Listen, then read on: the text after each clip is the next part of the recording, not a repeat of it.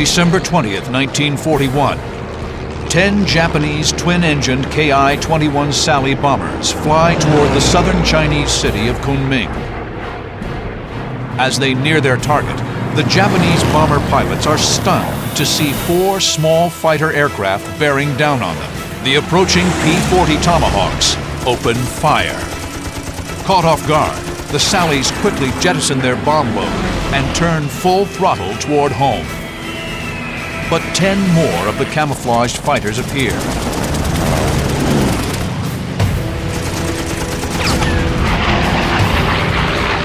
The fighters are unlike any aircraft they've ever encountered. They're fast and expertly flown.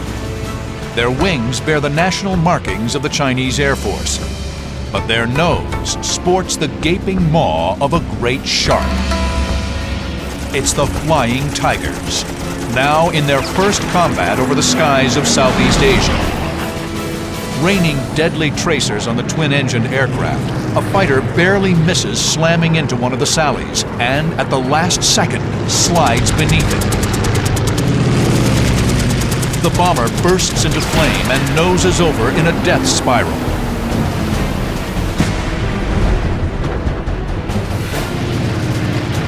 Four of the Japanese aircraft are blown out of the sky. Wounded, the 6 remaining Sallies limp back to their base.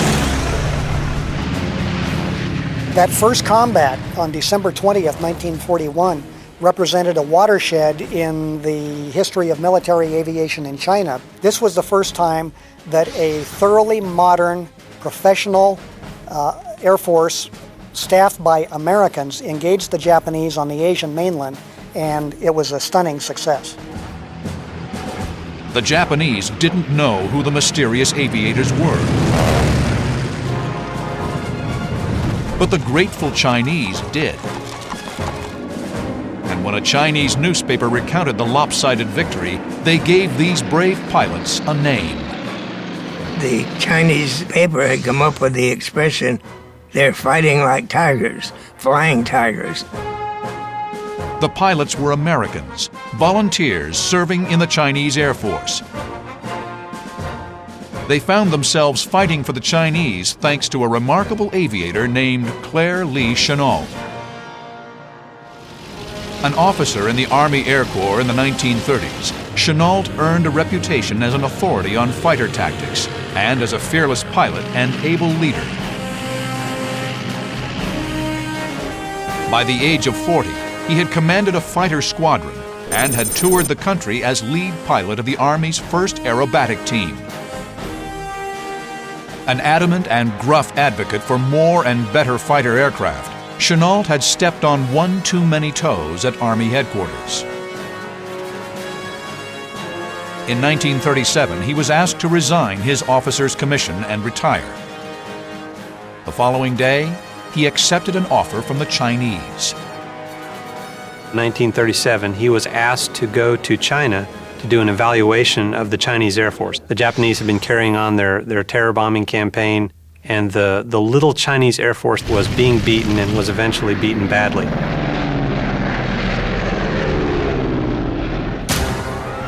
In 1937, 2 years before the outbreak of World War II, the Japanese expanded their grip on Manchuria.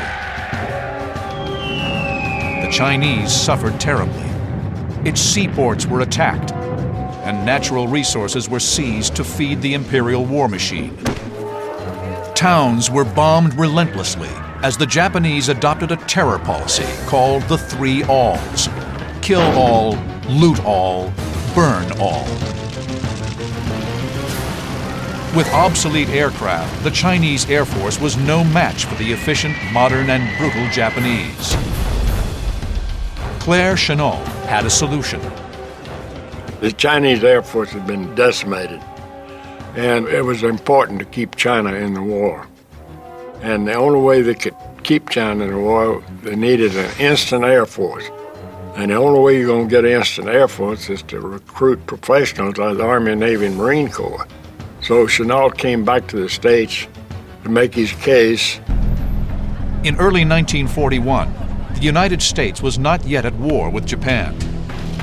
If American airmen were to fight the Japanese, they would have to do it as members of the Chinese Air Force. Working with secret U.S. government approval, Chennault put out the word that the Chinese were looking to hire qualified pilots and mechanics. They were allowed to resign from the U.S. Armed Forces, turn around and sign a lucrative contract with the Chinese government. The pay was very good. The lowest pay for a pilot was $600 a month. That's for a wingman. Then you had $650 for flight leader, $750 for a squadron leader. So that was very attractive. At nearly 3 times the usual salary of a military aviator, word of the generous offer spread quickly. It didn't take long to fill a roster with 99 eager pilots. Recruiters also contracted about 200 enlisted aircraft mechanics, armorers, radio operators, administrators, and even a chaplain. By July 1941, the airmen had traveled to Qidao Airfield in Burma, an airbase borrowed from the British. It was strategically located 300 miles from Lashio, the last stop of the Burma Road, the main supply route into China. The single biggest reason for the Flying Tiger's existence was to defend the Burma Road.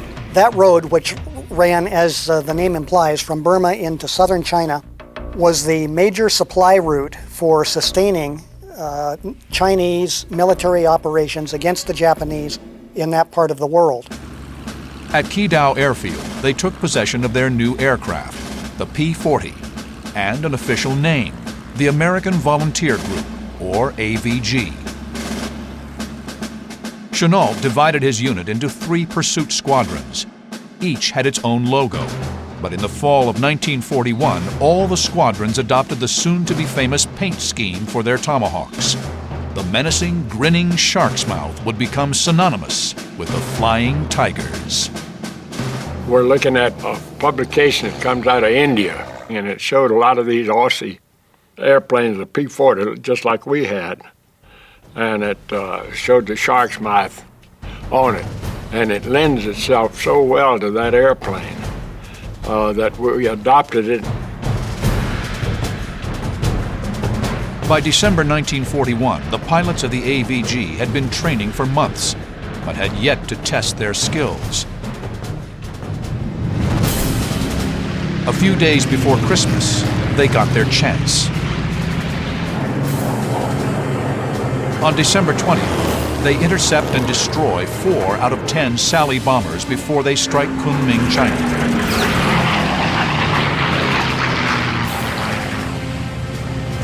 Three days later, they defeat another Japanese attack and rack up 11 kills, with 5 more probables.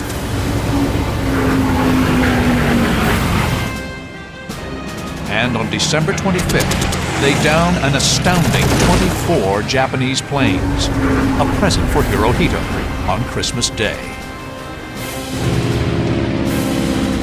But these early actions are all defensive, stopping incoming bomber raids. A few days after the new year, the Flying Tigers take the fight to the Japanese. January 3rd, 1942. It's pilot David Tex Hill's first mission for the Flying Tigers. Tex Hill left the Navy to volunteer. He's eager for action. He and 3 other American pilots aimed their P-40 Tomahawks toward the Japanese airfield at Raheng, Thailand. The plan? Arrive at dawn and devastate enemy aircraft on the ground. Jack Newkirk, who was the squadron leader, and he had Bert Christman on his wing, and Jim Howard leading the element, and I was on Jim's wing. Shortly after takeoff, one of the P-40s radios in. Bert Christman had engine trouble, so he had to turn back. Crispin heads for home. The 3 remaining P-40s continue on. They're over the target at first light. They make a left turn to align with the field and begin a shallow dive. The pilots line up one behind the other, about 950 feet apart, known as a string formation. They would bend it over, which means to put your airplane in a dive, and accelerate as they came down to strafe the aircraft on the ground. Their 1,200 horsepower Allison engines scream as they dive towards the airfield at 300 miles per hour. Jim Howard strafes the area, raking the airfield with machine gun fire.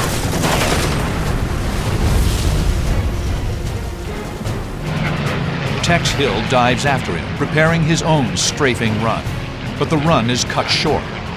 Tex sees a Ki-27 Nate at 10 o'clock streaking in right onto Howard's tail.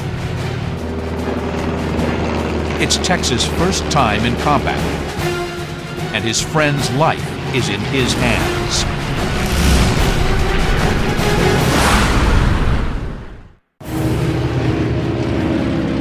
January 3rd, 1942. The Flying Tigers take the fight to the Japanese and attack an airfield at Raheng, Thailand.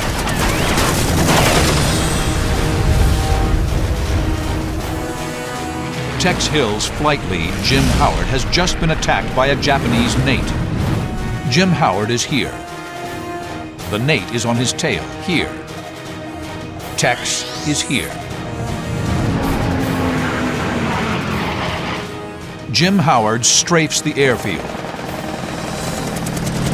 and the Nate pumps lead into him.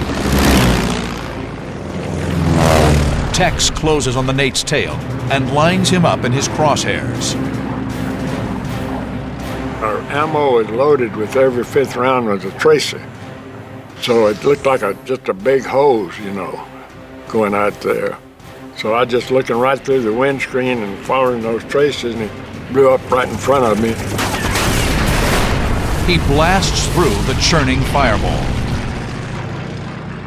At the other end of the airfield, Jim Howard pulls up from his strafing run, intact. It's Tex's first victory, but there's no time to celebrate. Another Nate is at 12 o'clock high, directly in front of him. When I saw that other guy who was starting to make a pass on me, then I turned into him head on. It's a defining moment for Tex when he would demonstrate perfectly the strengths of the P-40 over the Japanese Nate. The P-40 was built by the Curtiss Aircraft Company in Buffalo, New York. Claire Chennault obtained 100 that were originally destined for the British RAF. The P-40B was rugged, could reach 378 miles per hour, and was heavily armed with two 50 caliber nose-mounted machine guns and four wing-mounted 30 calibers. It also had thick armor around the engine and cockpit to protect the pilot. Its opponent is the Nakajima Ki-27 Nate, which entered service in 1936. The Nate had an air-cooled radial engine and fixed landing gear.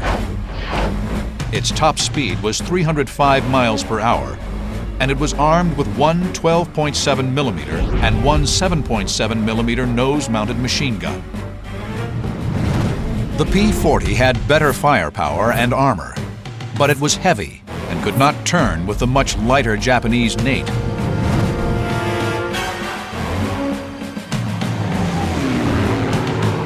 These fundamental differences in aircraft design philosophy were at the core of Claire Chennault's approach to dogfighting. And the type of attacks he typically set up was to come in at high altitude, make screaming diving attacks against Japanese formations, take the energy that they built up, zoom climb up to a high altitude again, and come back around. He told his pilots, do not dogfight with the Japanese airplanes. It was certain death. Facing a Japanese Nate head-on, Tex Hill applies these tactics. He knows the way to dogfight with a Nate is not to dogfight at all. Instead, he'll charge him with machine guns blazing. Tex Hill is here. The Nate is here. Tex will pull up into the Nate, aim towards him, and attack him head-on. I'm pulling into him, and of course I had the firepower on the head-on. The fighters close at over 600 miles per hour. The Nate peppers Tex's aircraft, but the P-40's armor plate does its job. Eventually, the lighter armored Nate couldn't take the punishment and ended up spiraling out of control. The Nate spirals into the jungle. The fight's over. I had no idea where Howard and Newkirk were. I just headed right home, get out of that area. Suddenly, Tex feels an intense vibration. His plane is shaking, unlike anything he's ever felt before. The instruments are probably just almost shaking out of the panel itself, and he's probably wondering if he's even going to make it back to base. He finally reaches Mingaladon Airfield, where Howard and Newkirk have also landed safely. He looks at his plane. He shot 33 holes in my airplane. Some of his bullets stuck in my prop, and it threw the prop out of balance, and I thought the engine was coming out of the airplane. The Flying Tiger's first offensive mission against the Japanese is a success. 4 enemy fighters destroyed in the air, 4 bombers on the ground.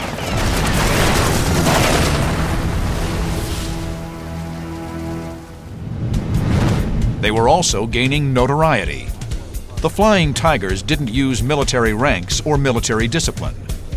They fought and played by their own rules, their raucous antics fueling their fame. In Rangoon, they rode water buffalo down the street. They shot up the chandeliers in their favorite watering hole. They even had a pet leopard. Chenault looked the other way, allowing the pilots to relieve the tension of constant combat, but he insisted on total discipline in the air. I think he was an excellent leader. If you did your job right, why, he would back you at every time. During its 6 months in combat, this handful of American soldiers of fortune claimed nearly 130 Japanese aircraft. 11 went down under the guns of Tex Hill's P-40 Tomahawk. Here's a ragtag mercenary organization of former Army, Navy, Air Force officers and enlisted men who took on the Japanese head-to-head, very close to the Japanese home islands, and proved that the enemy, who appeared to be 10 feet tall, could be whittled down to size. But after Pearl Harbor, a mercenary army wasn't needed anymore. The full might of the U.S. military was now in the war. Despite their legendary combat record, the decision was made to allow the American Volunteer Group's contract with the Chinese government to expire on July 4, 1942. But the Flying Tigers would live on.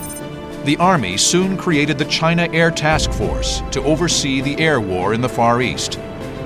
The mission and men of the AVG would be rolled into the new unit as the 23rd Fighter Group.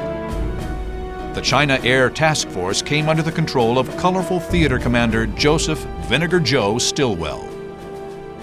The transition from the AVG to the China Air Task Force was somewhat messy. The pilots were being coerced to stay in the China Air Task Force, and it left a lot of bitter feelings. Stilwell brought in General Clayton Bissell to talk to the AVG. He could not have chosen a poorer man for the job. The Flying Tigers were gathered in an auditorium, and he basically laid it out. He said, "We want you to stay. If you don't want to stay, then you can go home, but we will have draft boards waiting for you at the gangplank in the United States, and you'll be drafted into the Army as privates in the infantry." The pilots didn't take well to Stilwell's intimidation and threatened to leave en masse. Claire Chenault reactivated his commission and was promoted to general. He set out to clean up the mess and preserve the fighting spirit that made the Flying Tigers famous. He called Tex Hill into his office. And Chenault said, "I think Bissell poisoned them. I don't think many of them are planning to stay. If I lose you, Tex, I'm not sure what I'm going to do." And Tex immediately said, "General, I'll stay as long as you need me." Chenault was obviously relieved and asked Tex to kind of talk to some of the guys and see if they would stay on, because these were the veterans. In the end, 26 out of the remaining 90 AVG pilots and 57 out of 190 ground crew extended their contracts for 2 weeks, enough time to train the new arrivals. Tex and Chenault persuaded 5 Flying Tiger pilots to stay on longer to fight with the new command. On July 29, 1942, the new Flying Tigers would be in action. The Japanese mount a concerted effort to wipe them out. Several nights in a row, waves of Japanese bombers pummel the airstrip at Hengyang Airfield. Frustrated by the attacks, a soft-spoken, talented fighter pilot named John Allison approaches Tex Hill.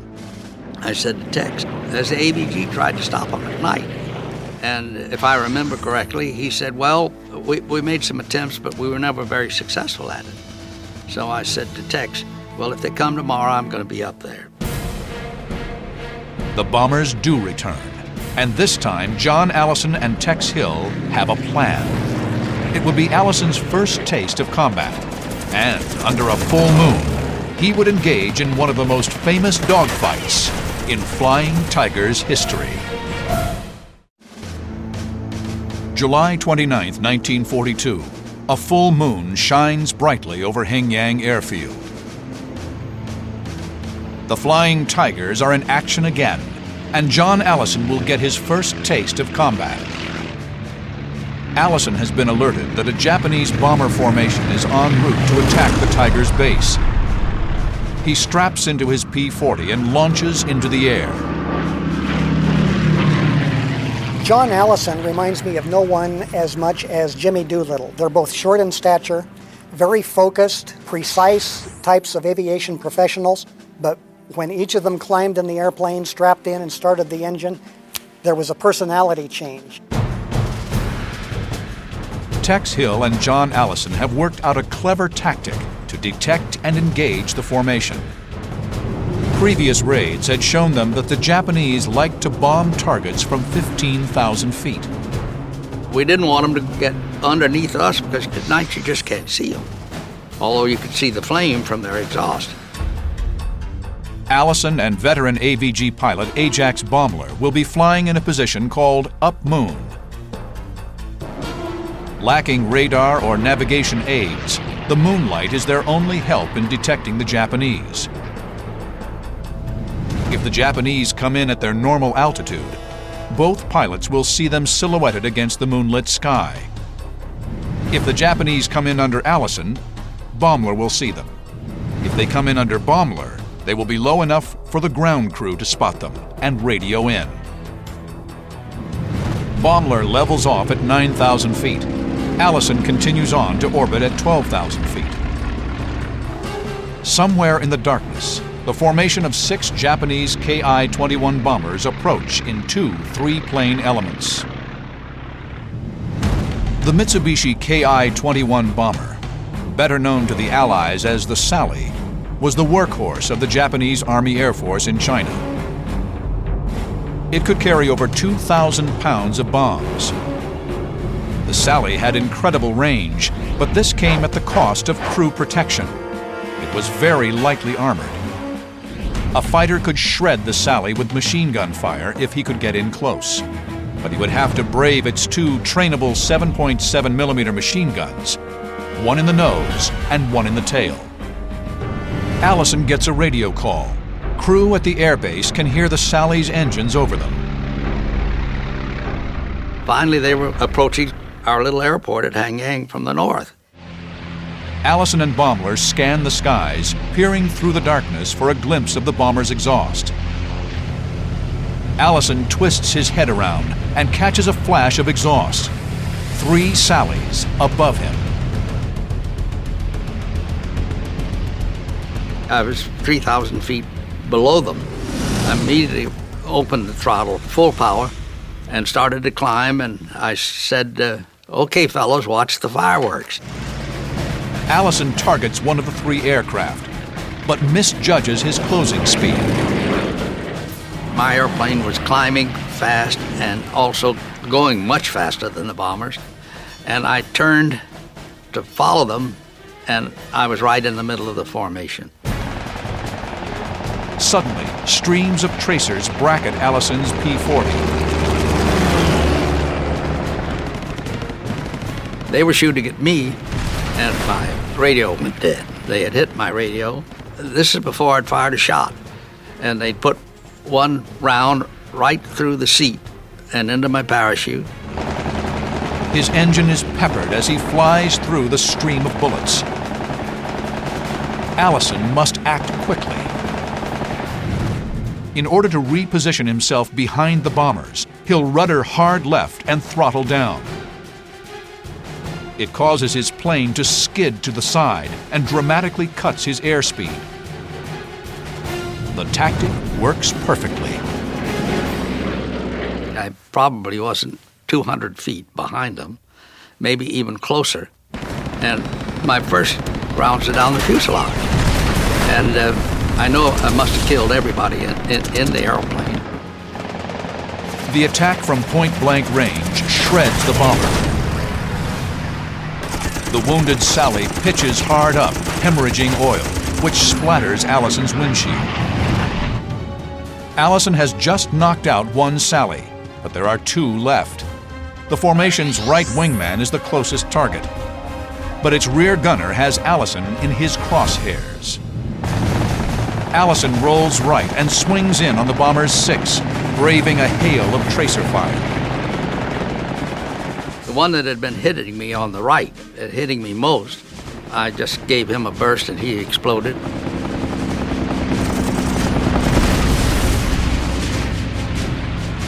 It's a confirmed kill. There's just one Sally left in the formation. The leader, but Allison's P-40 is wounded. It's taken a tremendous beating.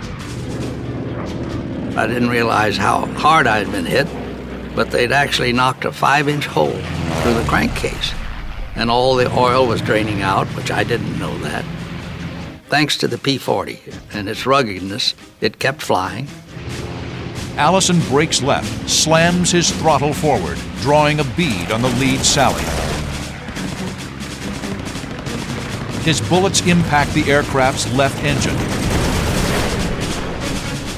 Trailing flaming debris, the Sally disappears into the darkness. It's Allison's third bomber. But with flames licking his engine cowling, it's time to head back to base and try to make an emergency landing. When the airplane really started to burn, I kind of panicked, and I was going so fast I couldn't get into the airport. But fortunately, the river was right out ahead of me, and I said, oh, well, I can make the river. Allison puts his crippled P-40 into the Xiangqiang River. I popped out of the airplane, swam over to a log raft. A Chinese young man ran out across the logs, pulled me up, and in my best Chinese, I was shouting, I'm an American, I'm an American. 4 of the 6 Japanese bombers sent to strike the airfield are shot down. But these 6 bombers are just the first wave. Only hours later, in the light of day, the Japanese would send a far larger formation to eliminate the Americans once and for all. And this time, they're bringing escort. A formation of advanced fighters more powerful than the Nate. They'll test the Flying Tigers like never before. July 30th, 1942, Southeast China. The 75th Fighter Squadron of the Flying Tigers scrambled to intercept a formation of enemy aircraft sent to level their home base at Hengyang Airfield. Tex Hill leads 10 P-40s into the fight. Hill climbs to meet a formation of 27 Japanese fighters that are leading the onslaught.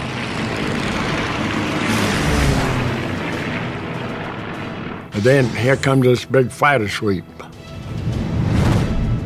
Tex Hill is here. The formation of enemy fighters are here. Tex must climb to engage them. In true Flying Tigers style, he'll attack them head on.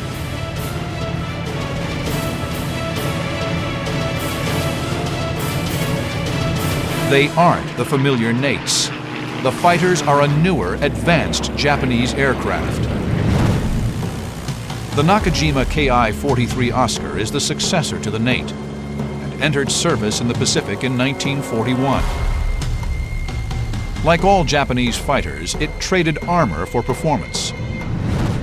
Powered by a 1,150 horsepower engine and armed with two 12.7 millimeter machine guns, it could fly faster and higher than the Nate. And they were flown by skilled Japanese Army pilots. All through the 1930s, the Japanese developed their military air arm. Both naval and Army aviators were highly skilled warriors of the Emperor. The Japanese military culture was extremely mission-oriented. It was said that every Japanese warrior owed the Emperor his life. And if the mission called for sacrificing his life in advancing the cause of the Emperor, who many Japanese literally considered a living god, that was not only required, it was also deemed a significant honor. Those guys were very well trained. I said, you know, the Japanese, anything that they did or set out to do, they just really excelled in it. The Oscars spot the P-40s and move to engage. Tex opens his throttle, leading his squad of P-40s into the teeth of the Japanese assault. Tex will use the same tactics that have made the Flying Tigers famous. One of the Japanese Oscars pulls ahead of the rest. He goes head-to-head with Tex. This guy and I came head-on, doing about 250 or something like that. He was doing around 200. That's pretty fast. But you know, you get a fixation on something like that. Sometimes with a closing rate like that, well, you could very easily collide. Tex and the Oscar open fire at the same time. The P-40 shudders as the Oscar's bullets hit home. Tex ignores it. He keeps closing.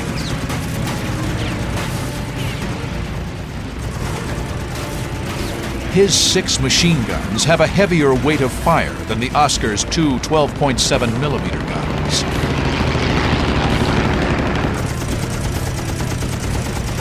The minute I hit him, he started smoking. He immediately began to trail a thin trail of smoke, and we knew he was hit, and probably fatally. The Oscar is an advanced Japanese fighter, but its weakness is the same: no armor. A split second before they collide, the Oscar bursts into flame and falls away.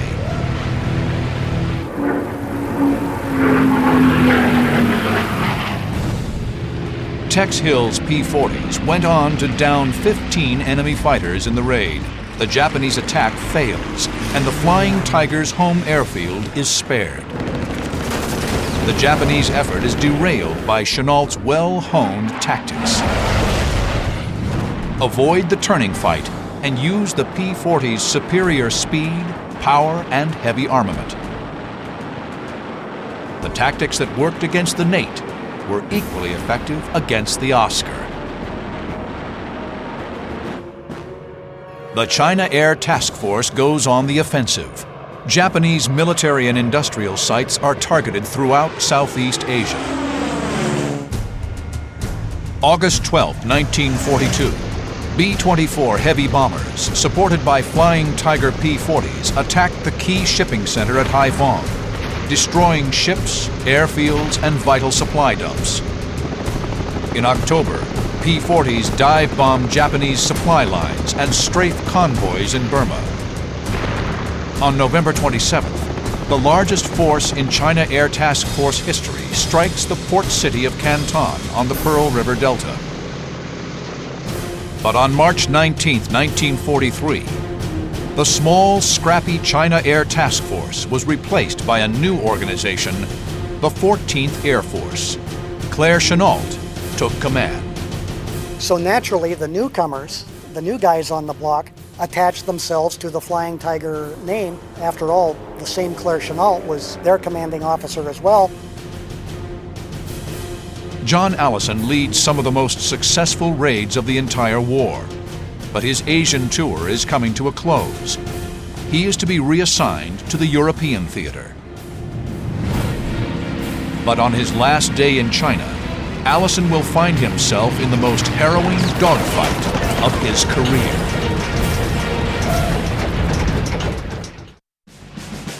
May 31st, 1943. John Allison's last mission as a flying tiger in China. He's flying with a squadron of Chinese pilots. One Chinese squadron had just gotten brand new P-40s, and General Shaw asked me if I would go up and fly with them. And I said I'd be delighted to do that. Since before the Tiger's arrival in China, Americans had been training and advising nationalist Chinese pilots. I had 7 Chinese pilots, and I should have had 2 American wingmen, but one of them couldn't get his airplane started. Allison and his Chinese wingman escort B-24s in a mission to attack a Japanese base at Ichang. The bombers, proud to be a part of the Flying Tiger's legacy, have painted each B-24 nose with the famous shark's teeth. There's heavy cloud cover as the P-40 fighters and B-24 bombers reach the target at Ichang. Allison spots a break in the clouds. He'll go down to reconnoiter. He radios the rest of the formation to stay above the clouds. I said, let me go by myself. So I started, and I turned around, and I looked back, and I've got myself and my wingman, and then behind us are these 9 B-24s.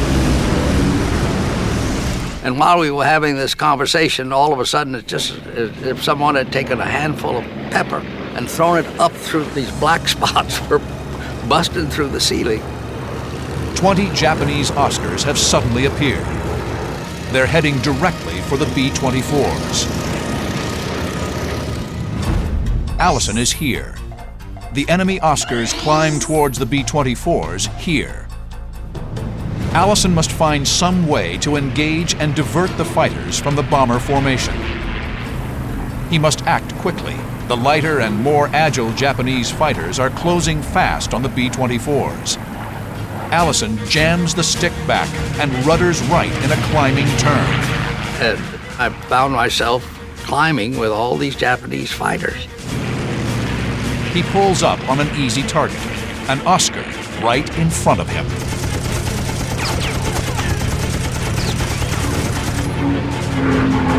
The tracers hit his cockpit, and he just rolled over and dove straight into the cloud. One Oscar's down, but 19 are still pressing the attack. He maneuvers through the enemy formation, then lines up another Oscar in his sights. I hit him, and he did catch fire. So I knew I got that one.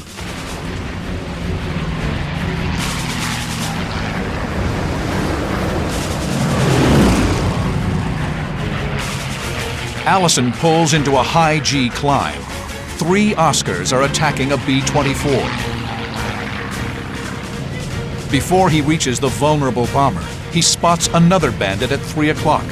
Allison has to make a split-second decision. Allison is here. The bombers are here. The Oscar is on his 3 o'clock here.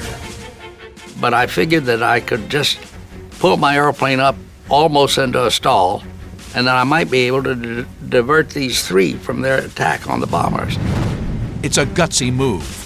Allison will climb vertically towards the Oscars, letting loose a stream of fire to disrupt their attack. But he'll lose airspeed in the climb. If he stalls, he'll be an easy target for the Oscar on his tail. Allison pulls the stick into his chest.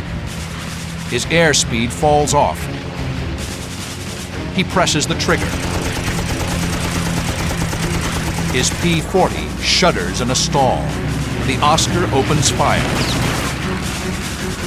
And the next thing I knew, I lost my rudder. This airplane coming up from below had hit the main hinge of our rudder, and it fell off. But instead of leaving the airplane, it was still connected by the cable, and it started a terrible vibration. With his rudder gone, Allison can't really maneuver his aircraft. The only thing he can do is just keep it level and airborne. So he's now vulnerable to any other enemy aircraft out there that decides to take him out. The P-40 vibrates uncontrollably as it levels off. The Oscar rolls into position, lining up an easy kill. From 200 feet away, the Japanese plane fires.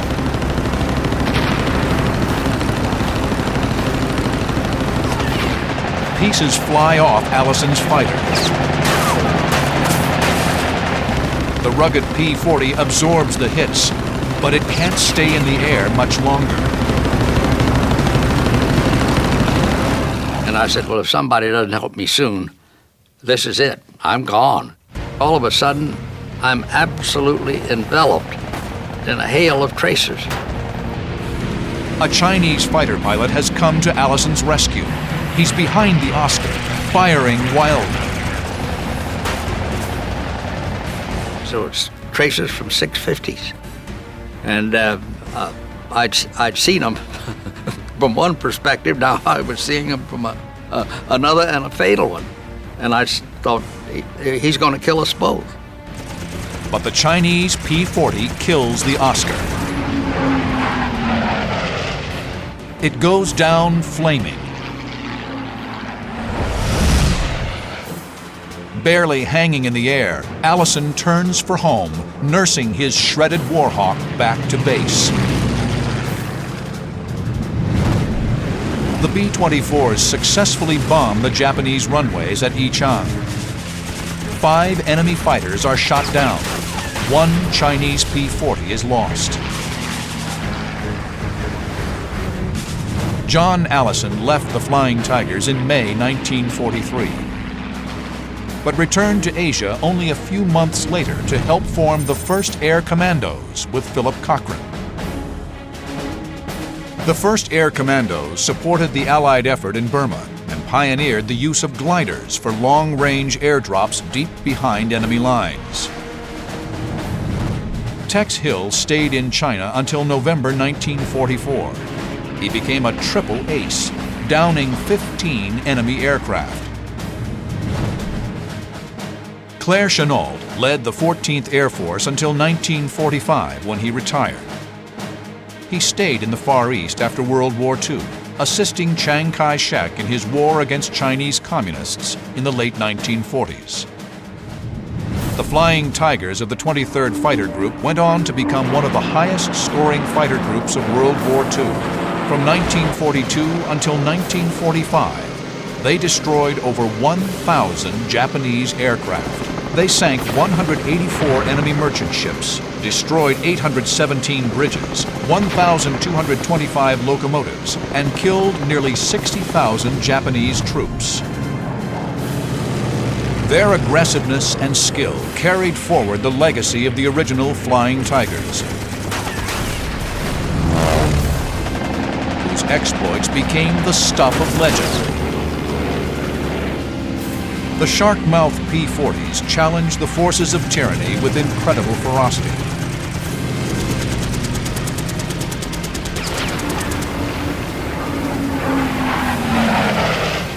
Raising the spirits of millions of Americans and Chinese in the darkest days of World War II.